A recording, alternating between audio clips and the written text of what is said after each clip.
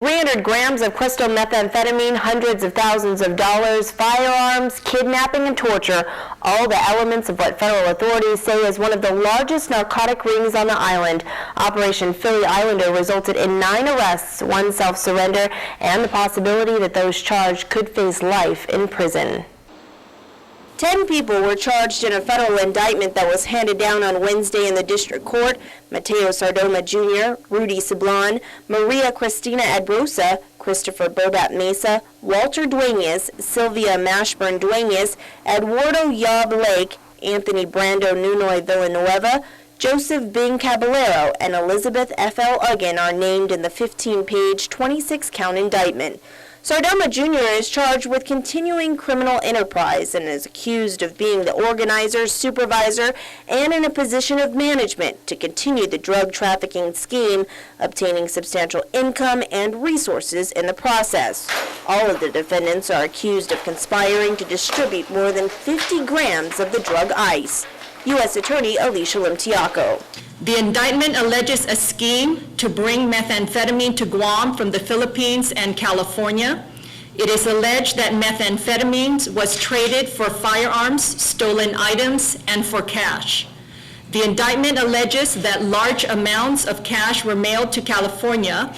The indictment states that on many occasions, unnamed conspirators would mail packages of the drug ice from the U.S. mainland, while others traveled to the Philippines to purchase and transport the drug back to Guam. In March and April of 2010, Sardoma allegedly traveled to the Philippines to purchase 300 grams of methamphetamine, while other defendants sent large amounts of cash in the mail and concealed it on their bodies while traveling.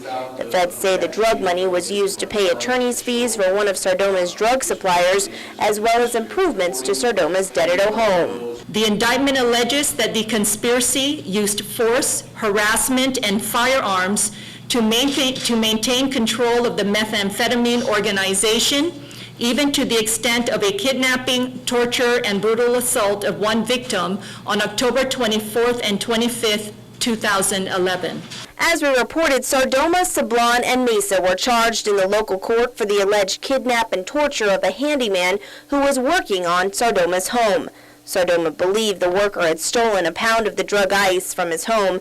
U.S. Attorney Limtiaco could not comment today on whether the 3 men would be charged in the local or federal court for the alleged criminal offenses.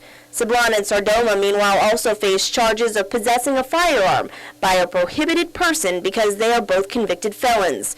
Those charges stem from a search warrant that was executed at Sablan's Dededo home last year, where authorities seized more than a dozen firearms, marijuana, crystal meth paraphernalia, and several hundred rounds of ammunition. Sardoma and Adrosa also face 2 forfeiture allegations as authorities contend that 3 vehicles, a motorcycle, a television, and $7,000 in cash were proceeds or derived from illegal activity. Bureau of Alcohol, Tobacco, Firearms, and Explosives resident agent in charge George Maston couldn't disclose how long authorities have had their eye on the defendants, but made it clear the case is far from closed. The investigation is still ongoing at this point in time, so it's really hard to say how long the investigation is. I can tell you the investigation's been going on for quite a while now, and will probably continue to go on for a number of years. The defendants were scheduled to answer to the criminal charges this afternoon during an arraignment in the district court. U.S. Attorney Alicia Limtiaco said her office would be requesting confinement and other conditions for the safety and security of the community. The defendants all face considerable amount of time in federal prison should they be found guilty. Continuing criminal enterprise carries a minimum sentence of 20 years in prison to a maximum of life in prison and a $2 million fine. Conspiracy to distribute over 50 grams of methamphetamine has a minimum sentence of 10 years behind bars and a maximum of life in prison.